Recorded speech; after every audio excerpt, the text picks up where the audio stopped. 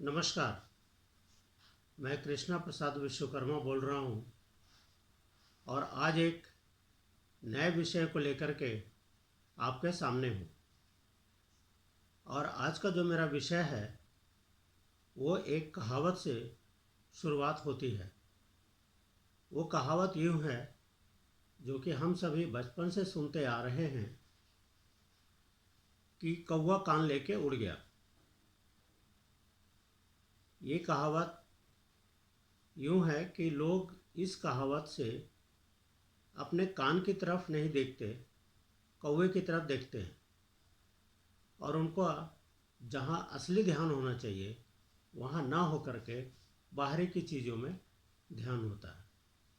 तो इसी पे आज का जो हमारा विषय है वो यूँ है कि मेरा भारत महान, अफवाहों से हैं परेशान। जी हाँ, आज ये विषय यही है और इस विषय को हम कोविड से लेके जोड़ते हैं। अफवाहें इस देश की नस नस में फैल गई है। अफवाहों का दौर एक कोने से शुरू होता है तो दूसरे कोने तक बिना रोक टोक के चली जाती है। अब आप देखिए कि कोविड-19 की जो पहली महामारी ख़त्म हुई उसके बाद हमारे देश के अंदर दो तरह के वैक्सीन आए, कोविशील्ड और कोवैक्सीन। इसको लेकर के अफवाहें उड़ी कि कौन सा वैक्सीन लगाना चाहिए, कोवैक्सीन लगाएं या कोविशील्ड लगाएं, कौन सा अच्छा है, कौन सा ज़्यादा प्रभावकारी है। इसी में लोगों को कुछ समय लग गया, कुछ लोग सोचते रह गए और इसी दौरान दूसरा कोरोना वेव की तरफ हमारा देश आने लग गया। कोविशील्ड और कोवैक्सीन अलग अलग सेंटरों में लगाए जा रहे थे। तब तो लोगों को लगा कि कोई बात नहीं, लगा लेंगे, और इसमें लगा करके सोचते सोचते थोड़ा टाइम लग गया। टाइम लगते लगते ऐसा परिस्थिति आया कि देश के अंदर कोरोना की दूसरी लहर ने दस्तक दे दी। इसी बीच लोगों को लगा कि अब टीका लगाना ज़रूरी आ गया है, इसलिए लोग भारी संख्या में घरों से बाहर निकलने लगे और सेंटरों पे पहुंचने लगे टीकाकरण के लिए। इधर देश में टीकों की मांग बढ़ने लगी तो टीकों की संख्या में भी कमी आने लगी। नतीजा ये हुआ कि लोगों को सेंटरों पे भारी भीड़ का सामना करना पड़ा और उस भीड़ की वजह से लोगों का ये कहना है कि उस भीड़ की वजह से घर के अंदर कोरोना आ गया। अब ये बात तो सही है कि यदि आप भीड़ में जाएंगे और कोरोना प्रोटोकॉल का उपयोग नहीं करेंगे तो कोविड तो आएगा ही। अब कोविड को बचाने के लिए किसी तरह से उससे बच निकले, लोगों को लगा कि अब टीका के लिए चाहे जो भी हो, जो भी खर्च करना पड़े हम देंगे, लेकिन टीका लगवाइए। इस वातावरण के साथ वो निजी क्षेत्र के यानी प्राइवेट हॉस्पिटल की तरफ बढ़ने लगे। प्राइवेट हॉस्पिटल्स में जाकर के फिर लोगों को लगा, वहाँ भी भ्रम की स्थिति हो गई कि यहाँ पर कुछ अच्छा नहीं है, उन पर पूरा भरोसा नहीं हो पा रहा था। नतीजा कि वे फिर सरकारी क्षेत्र के अस्पतालों में और टीका केंद्रों पर पहुँचने लगे। भारी भीड़ को देखते हुए किसी तरीके से लोगों ने जुगाड़ लगाना शुरू किया, किसी से जान पहचान निकलवाना शुरू किया और तरह तरह का उलझन खुद में भी पैदा किया और प्रशासन को भी उलझन में डाले रखा। किसी एक सेंटर पे भीड़, दूसरे सेंटर पे भीड़, और इस तरह से लोगों की भीड़ बढ़ते गई और कोरोना भी अपने रुख में तेज़ी लाने लगा। इस तेज़ी के चलते बात यहाँ पर भी नहीं रुकी। जिन लोगों ने पहला डोज लगवा रखा था वो दूसरे डोज के लिए परेशान हो गए, वो दूसरे डोज के लिए डर डर भटकने लगे कि कहाँ लगेगा। फिर ये एक आया कि पहले डोज में ही किसी को बुखार हो गया तो ये लगा कि भाई कितने दिनों में लगेगा। इस तरह की भ्रम की स्थिति और ऊहापोह की स्थिति पूरे देश के अंदर फैल गई इसके बाद जब यह डिक्लेरेशन हुआ कि भाई 45 दिन, फिर 3 महीने, फिर 6 महीने, फिर 180 दिन, तरह तरह की चीज़ें चलती रही। खैर, इस बारे में मेडिकल एक्सपर्ट ने अपनी राय दे दी है और अब ये स्थिति स्पष्ट हो गई है। अब चूँकि कोरोना से हर को बचना चाहता है, हर कोई चाहता है कि कोरोना उसके पास ना आए, और इसकी वजह से वो तरह तरह की चीज़ों को सोचता है कि किसी तरह से बचे। तो ये एक अफवाह आ गई कि यदि आप फिटकरी के पानी से नहा लेते हैं तो कोरोना आपके पास नहीं आएगा। अरे साहब, ज़रा सोचिए, अगर फिटकरी के पानी से नहलाने से कोरोना नहीं आता तो देश के इतने इतने वैज्ञानिक और साइंटिस्ट और लोग लगे हुए हैं, वो क्यों लगे हुए हैं? अगर ऐसा होता तो हर गली मोहल्ले में कोरोना को हटाने के लिए फिटकरी का पानी जो है वो टैंक में भर के भिजवा दिया जाता, और पूरे गली मोहल्ले में, गांव में बोल दिया जाता कि भाई ये आप नहा लीजिए, फिटकरी का पानी है, और इससे कोरोना आपके गांव में, शहर में, आपके मोहल्ले में, आपके घर में नहीं आएगा। अब जब और कहर बढ़ा तो लोगों ने फिर उसके बाद और नए तरीके की अफवाहें आ गई। उस अफवाहों में ये हुआ कि अगर आप अजवाइन और कपूर का पोटली बना करके सूंघते रहते हैं तो आपको कोरोना नहीं होगा। लोगों ने उस पर भी दम जोर लगा लिया, तरह तरह की पोटलियाँ बनाने लगे। लोग पोटली को ऑफिस में, घर में, जहाँ भी हो वो बना बना के रखने लगे। इसके बाद जब ये स्थिति पैदा हो गई तो एक और नई चीज़ भ्रम आ गई।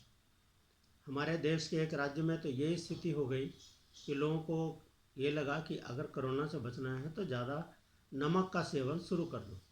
तो नमक वहाँ पर 17 रुपये किलो बिकता था, जो कि 100 रुपये किलो बिका।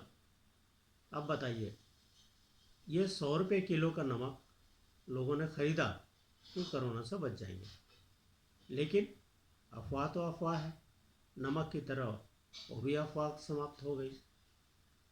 इतना ही नहीं, अब इसके बाद इस वैज्ञानिक युग में 5G स्पेक्ट्रम का ट्रायल हो रहा है, उसकी बातें निकल के सामने आ रही है।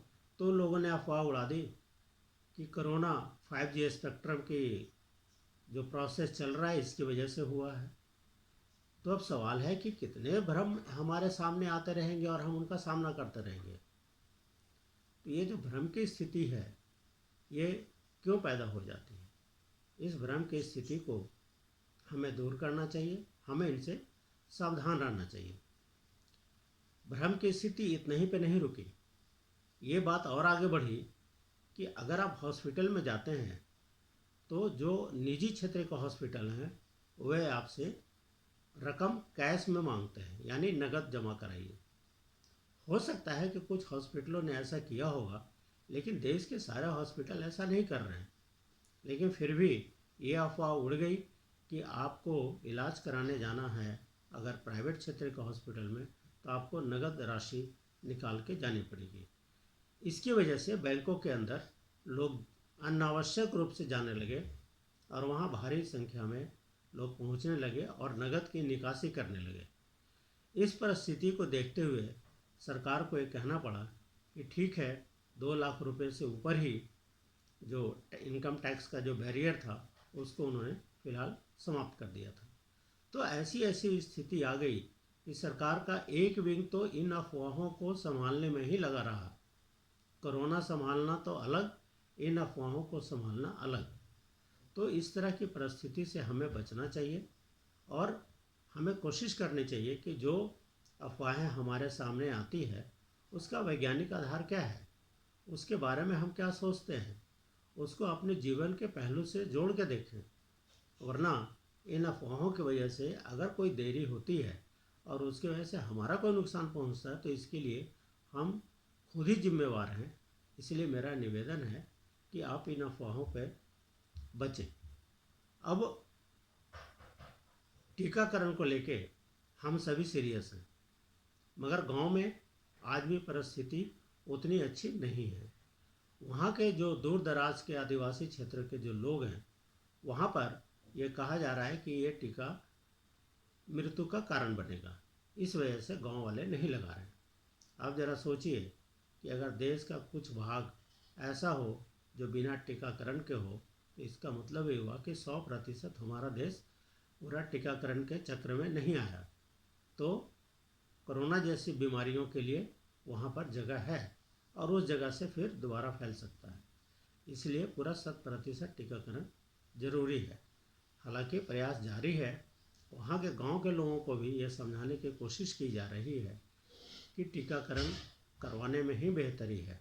अभी हाल ही में एक वीडियो आया जिसमें एक हमारे देश के जिला कलेक्टर आदिवासी क्षेत्रों के गांव में मोटरसाइकिल से जाकर के लोगों को समझाने की कोशिश की कि भाई आप टीका लगवाएं। तो इस तरह की परिस्थिति है। अब एक अच्छी खबर और भी आ रही है कि भाई जिन लोगों ने टीका लगा लिया उनको सर्टिफिकेट मिल रहा है, मोबाइल पे भी उनको सर्टिफिकेट अपलोड हो रहा है और आप अपना सर्टिफिकेट ले लें। अगर आप मंदिर में जाना चाहते हैं तो कुछ मंदिर देश के अंदर ऐसे हैं जहां पर बिना कोविड के टीके के सर्टिफिकेट के बगैर आप नहीं जा सकते। तो इसलिए आपको वो सर्टिफिकेट साथ में लेकर चलना होगा। तो अगर आप मंदिर जाना है तो आपको वो सर्टिफिकेट लेके जाना होगा, वहाँ दिखाना होगा। मंदिर के अलावा अगर आपको शराब की बोतलें भी खरीदनी है तब भी आपको वो सर्टिफिकेट चाहिए, क्योंकि कई शराब दुकानदारों ने ऐसा कहा है कि अगर कोविड का सर्टिफिकेट आपके पास है, टीका आपने लगवा लिया है, उसका सर्टिफिकेट है, तभी आपको शराब की बोतल मिलेगी, अन्यथा नहीं मिलेगी। तो इस तरह से कुछ अच्छी चीज़ें भी आ रही हैं, लेकिन अफवाहों का बाज़ार हमेशा ही गर्म रहता है। अभी हाल ही में एक और अफवाह आ गई कि यदि आप कोविड शील्ड का टीका लगवाए हैं तभी आप विदेश यात्रा जा सकते हैं। यानी कोवैक्सीन का व्यक्ति जो टीका लगवाया है वो विदेश जाने के लिए पात्र नहीं है। अब बताइए, अगर हमारे देश का नागरिक है और दोनों में से कोई एक वैक्सीन लगाया है तो इसमें उसने क्या गलती की? विदेश जाने का हक उसको भी है और उसको भी है, लेकिन ऐसी अफवाह फैल गई कि कोविड शील्ड वाला ही विदेश जाएगा। नतीजा ये हुआ कि इसमें फिर एक बार सरकार को, प्रशासन को सामने आना पड़ा और ये बताना पड़ेगा कि इस तरह की अफवाहें गलत है, हमारे लिए दोनों टीके बराबर है। तो मेरा आपसे ये निवेदन है कि आप टीका लगवाएं। जब भी समय है, जो परिस्थिति है उसको देखते हुए, संभाल करके, कोरोना प्रोटोकॉल का पालन करते हुए आप टीका लगवाएं और स्वस्थ रहें। और इस देश के लिए ये ज़रूर सोचें कि दोबारा ऐसी महामारी ना आए।